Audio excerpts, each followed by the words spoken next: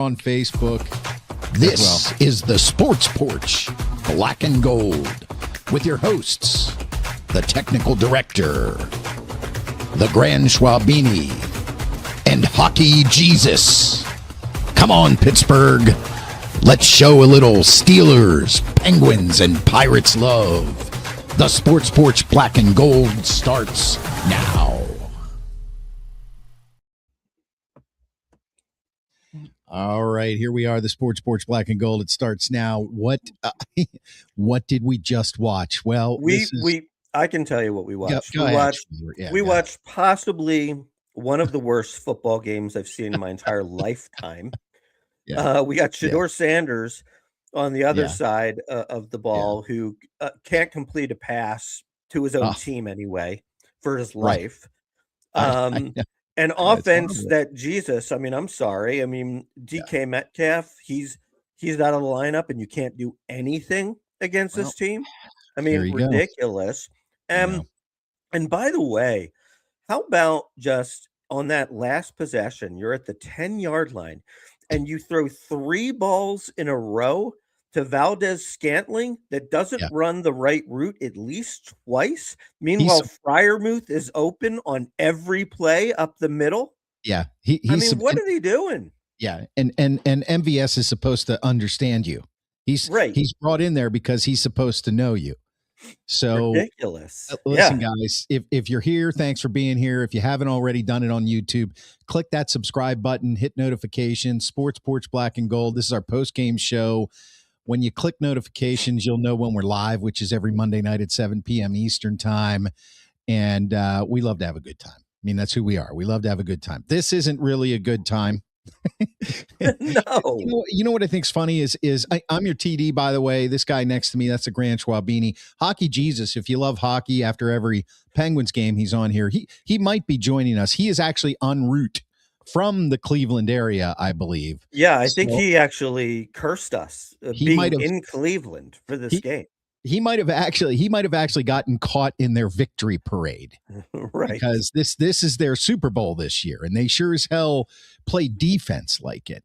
I don't know what else to say. Grant Schwabini, if you want to keep an eye on the comments for us, we both try to get your comments in here, weigh your opinion below. That's what we're here for. Not surprised that the lost Tomlin is a joke. Here we go. Right back to it. But totally. Jesus, how poorly coached was this game today? How poorly coached? It was coached poorly. HJ is in the house, but HJ, we hear your. You sound like you're in a wind tunnel. Yeah. Think maybe you could pull over and. He muted himself. I don't know what he's going to do, but what he's so pissed off, man. He's so pissed off. He has to get in the show anyway. We want to hear. No opinion is wrong on this, but it's not surprising. This is the first thing I thought of. Okay, we did not talk a whole lot about this past season because I don't think we really got caught in a whole lot of it. But classic Tomlin trap game. Here it is. Oh, you love saying trap game. I do. But it's how can it be a trap game if you win and you're in the playoff? Well, how is that a trap game? What I mean is you're playing a team that's so subpar to you. That is the stigma of the Cleveland Browns. And HJ, you're just gonna have to wait to weigh in until tomorrow night. There's just no way. There's just no way unless you want to pull over and whatever. Anyway, so I kicked HJ out of the studio for now. We'll see if he can get back. It's a total trap game. You underestimated this opponent. Because, we all underestimated the Cleveland Browns. What's not to underestimate? They do suck, except their defense is good.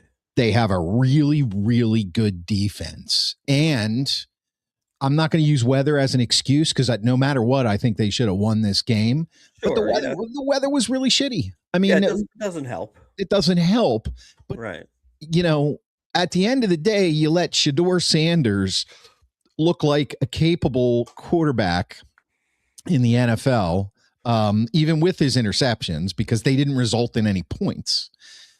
and you weren't able to get your Hall of Fame guy, Aaron Rodgers, until the last play, the last drive of the freaking game to move the ball, in which they, don't you love how in the NFL, when they absolutely, no matter what, have to do it, bang, 20 yards, bang, 10 yards, bang, 20 yards. Yeah. And then you throw up in the red zone and you score nothing. Classic Tomlin trap game. Classic. I saw what the game plan was. And, to me, the game plan was, let's feel out this run game in the beginning. And then when we can establish that, we're not going to be too risky with the ball over the middle. But then when we feel like we can get the game in hand and we've worn their defense down, then they start going to Kenny Gainwell. I saw the plan. That's what I think the plan was. It just wasn't executed very well. And I want everybody to weigh in on this. How big is that Metcalf suspension? What a bonehead. Could we please get a wide receiver on this team that can behave as a citizen of the planet? That was so huge. Like I have no doubt that they win this game if they had DK Metcalf on the field. I got to tell you, I don't ever have no doubt, but I'm pretty sure they would have. Right. How many times did Rodgers throw it to the corner of the end zone to somebody else who couldn't make any kind of play at it? Yeah. Yeah. It just, and now you've set up the classic, and we're getting a lot of comments about this. The most classic scripted. Yeah. The most scripted game I've ever seen. That game was not scripted. That game was pathetically and poorly played. It was just an atrocious performance by the Pittsburgh offense. Absolutely atrocious. Yes. Look, nobody told the Steelers in the first half on 4th and 1 to throw a 30-yard go route. I'm pretty sure that was Arthur Smith or Rodgers. Right. You know what I mean? Unbelievable. Yeah. And again, we reverted back, or we regressed back to the mean, as EHJ would love to say, of keeping the ball on the outside and not really thrown over the middle. Now, Big D, Mount Washington, did go down early in the game. And I think that hurt, obviously. But I didn't see anything inspired on the offensive side of the ball. And it really, Metcalf wasn't there. Metcalf wasn't there. And now next week, we have to play the Ravens, and we have to win. They can actually win this damn division if they beat us. They will win the division if they beat us. I'm going to say that one more time. The Baltimore Ravens, who are having, by all accounts, a really pretty bad season compared to the expectations, are in a position in the last game of the year to beat the Steelers. I'm on a rant. I'm coughing. To beat the Steelers, win the division. And last week, DK Metcalf got involved with somebody in the stands and got himself suspended. Right. And where do we get these guys? Honest to God. It's unbelievable. And the people that are talking about scripted, I know it's almost like you can't script this. You know what I mean? So who is scripting it? I mean, that's not what this is about. He just, I will say this though. I mean, would it shock me at all if the Steelers win next week and get into the playoffs? No. And why is that? Because when you're 500, and to me, 500 basically means you're a bad team. I mean, you're average, but to me, it's bad, right? Right. When you're 500, it means you never know what you're getting week to week. We get a great win 2 weeks ago, and then this week they look like they have no clue how to play football. Yeah, I mean, look, the defense held them to 13 points, right? They had was it 3 picks or 2? I think it was 3 picks. Yeah. I mean, I've got the stats right in front of me, but I mean, I'm so pissed off that they lost the way they did. The defense did enough. That's what I'm saying. The defense did exactly what they were supposed to do, which is hold that team to scoring very little points. Right. And that team scored very little points. They scored 13 freaking points. And the offense, right. I mean, this is so classic. I can't believe that well, you want to know what? I don't want to go there yet, but I know a lot of people were starting to feel really good with 3 victories in a row and what looked like an offense that was getting creative.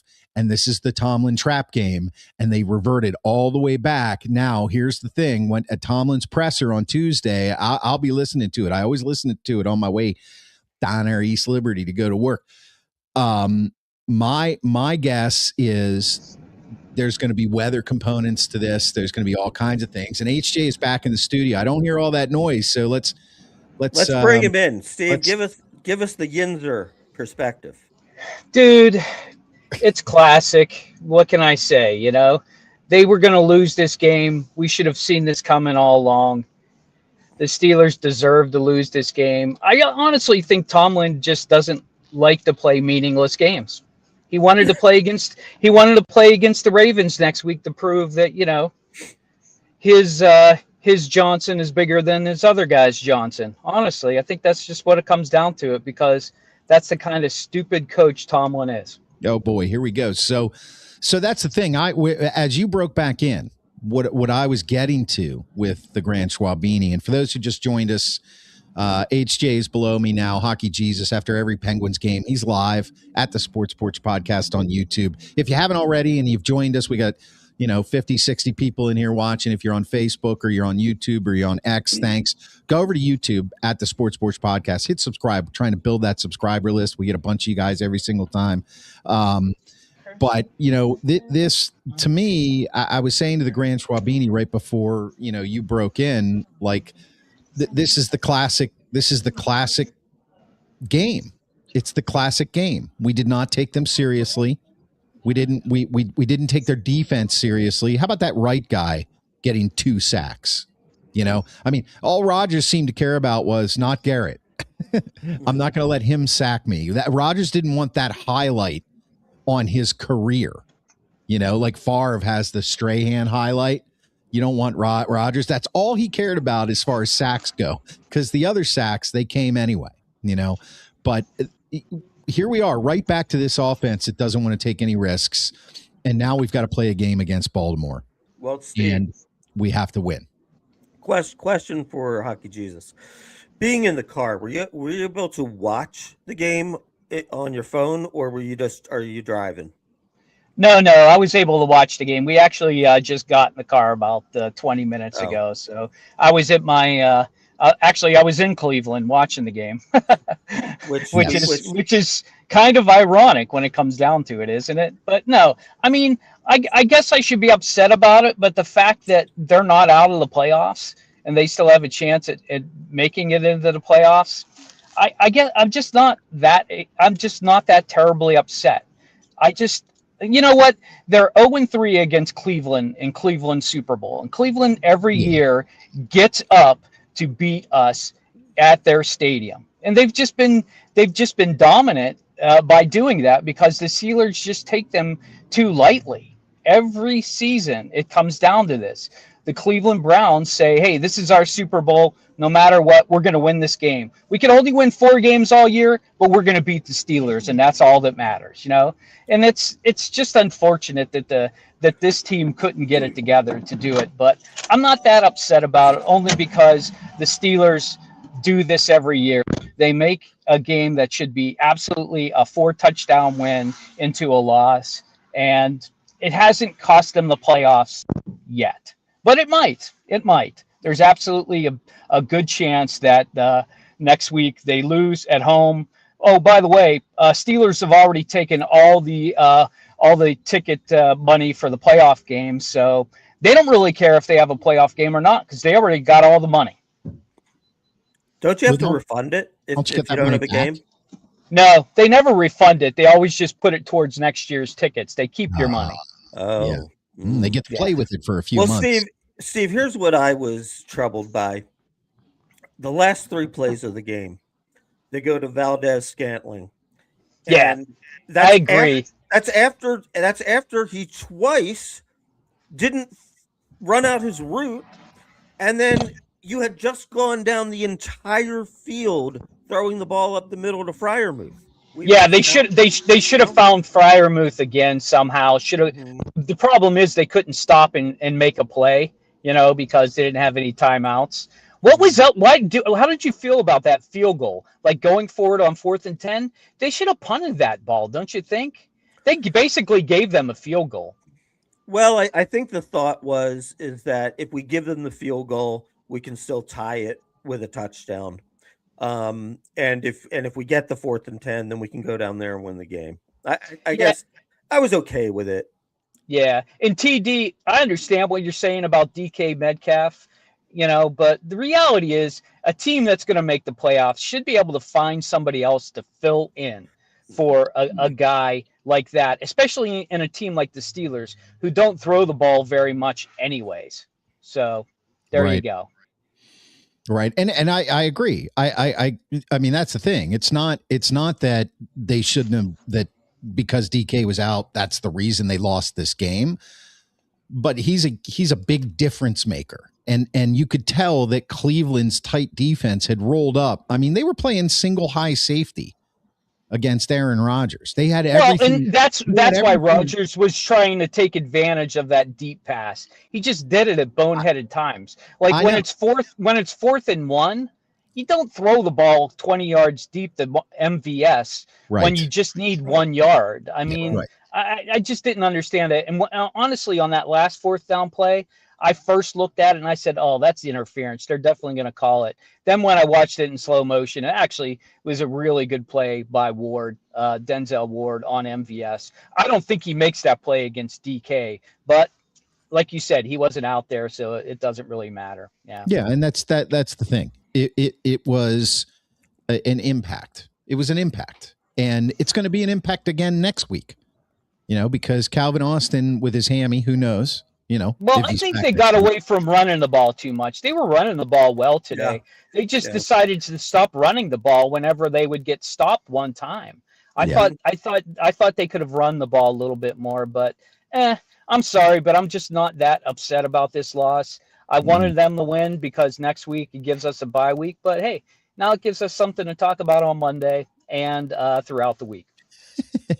As if we couldn't come up with things to talk about on Monday anyway. Yeah. I mean, look, hey, it looks like we're going to hit the road again. I want to be respectful to you guys and not mess up your show. So you got Susan to pull over? Well, we needed some gas anyway. So yeah. I started throwing things too. That tends to get her a little upset. So. What, when you couldn't get on, when you couldn't, when you were throwing things in the car? That's dangerous. Oh yeah, it is. It's dangerous. So I think that's why she pulled over. Classic HJ meltdown. Hey, I love my wife. What can I say? She deals with me all the time. So I'm gonna get off. You guys have a good rest of your show. We'll do this on Monday. All right. Kudos to Susan. Take care. HJ. So the only thing, and I know we got a Bills Eagles game coming up, and if you're a Philly fan in any way, shape, or form, are you doing a post game on the Philly porch after this? Yeah. Yep. Okay, so the Philadelphia Sports Porch guys, after the Eagles game, go over there. Hopefully you won't be mad. They're playing the Bills. But I do take issue with HJ saying that he didn't really care about this win. I mean, what yins or manger was he born in? Well, who doesn't care about a win?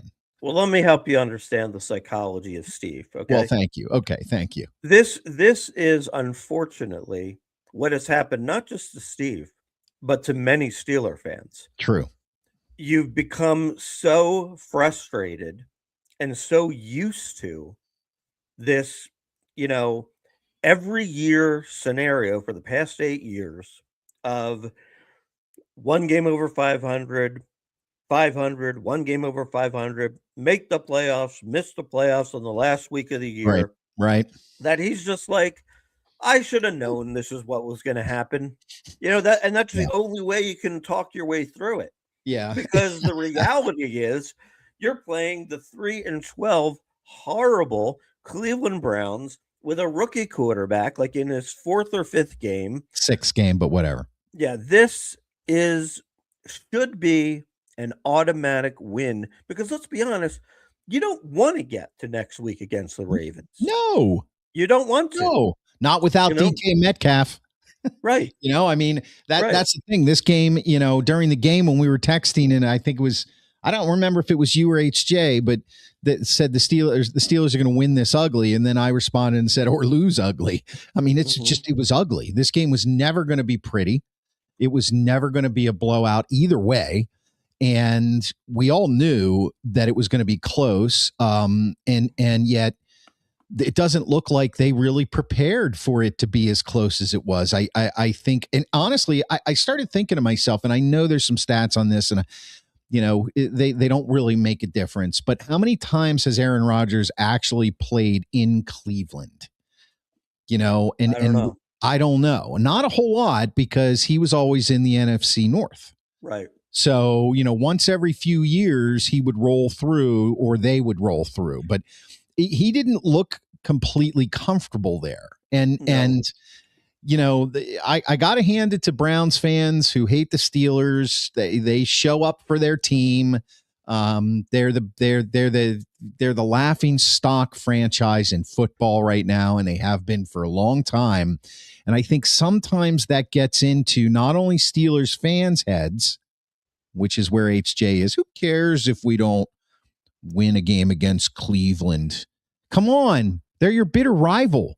That would be like back in the day, me saying, "You want to know what? I don't really care if the Redskins beat the Cowboys this year." Like, are you kidding me? Now, this is where only game I want to win. This is where Amy, my life, shows you what a true fan right. Say. Absolutely. Why wouldn't he care? Now we have to win next week, or we are out. I am disgusted. Yep. That is how you should feel, Steelers fans. Yes.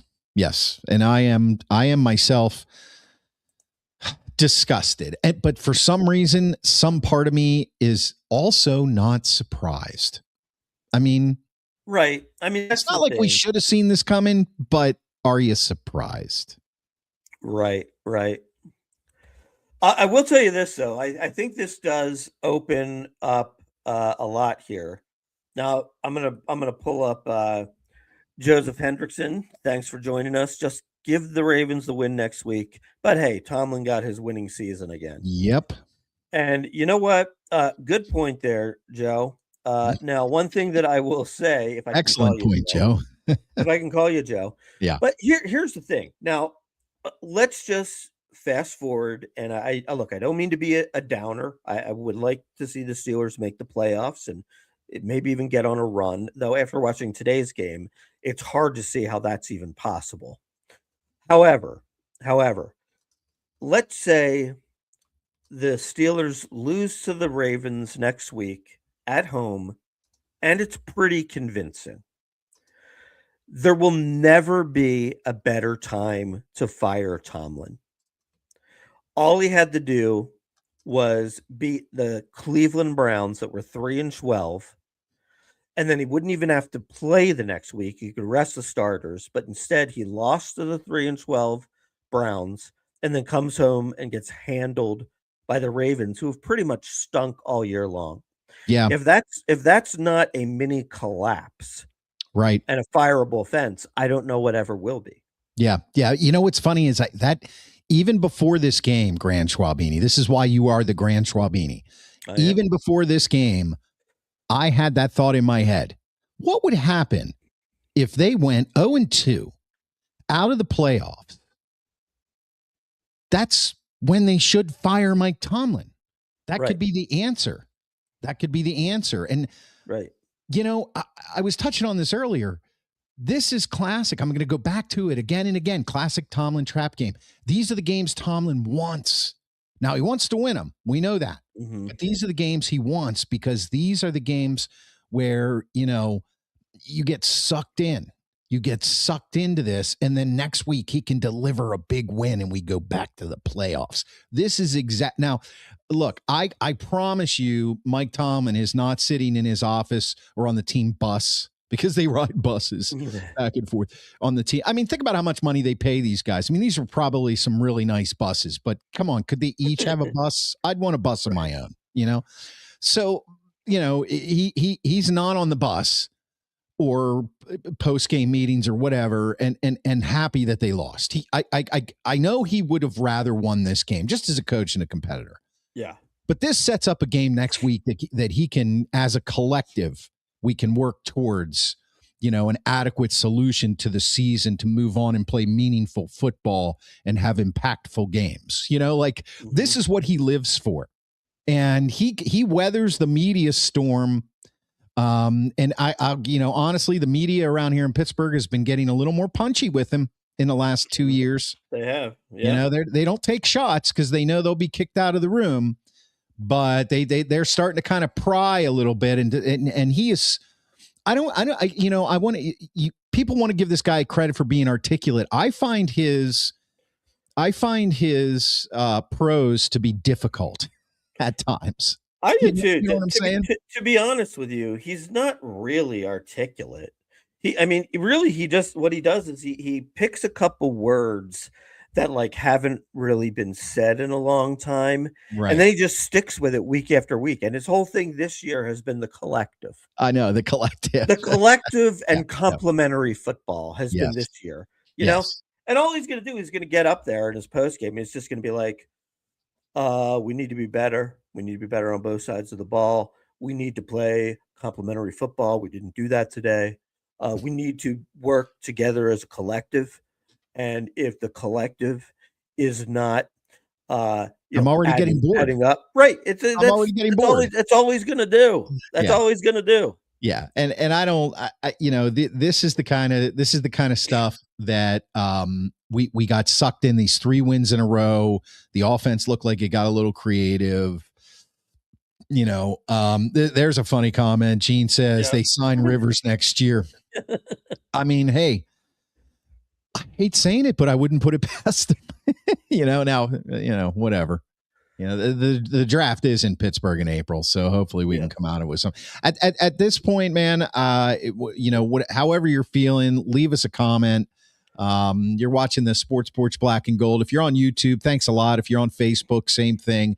If you're on X, hop on over to YouTube at the Sports Porch Podcast. You can see that down below on the screen here. Look at Amy just firing away here. Yeah, keep firing, Amy. Keep firing, and hit that subscribe button on YouTube. We'd really appreciate it. We're trying to get up to 500 subscribers as quickly as we can. That really helps the channel. It's all organic, blah, blah, and blah. And if you're on X, make sure to follow. Yeah, and if you're on X, thanks for being here. Be sure to follow us. We do drop the podcast. This will be dropped into a podcast right after the show on iHeartRadio app, Apple Podcasts, anywhere you get your podcasts. This is our Steelers postgame show. Now, you can catch us tomorrow night. We'll have a little bit more synopsis on this after we let the media have their way with it, because I can't wait. Honestly, I can't wait. So we'll have more tomorrow night at 7 p.m. Eastern time. And listen, the Grant Schwabini here, he's got to run, man. He's got an Eagles game he's got to watch, and then he's got to do an Eagles post-game show on our Philadelphia affiliate. So we're gonna with that, we're gonna let it go. But if you're watching us, keep commenting on everything.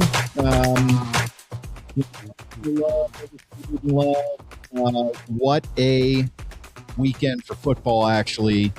We're gonna have a lot to talk about tomorrow night on the show. So thanks for being here. The Sports Porch Black and Gold Steelers postgame show. Dropping the podcast right after. Subscribe on YouTube. For the Grant Schwabini right over here, I'm your TD. We'll see you tomorrow night, 7 p.m. Eastern time. I'm out.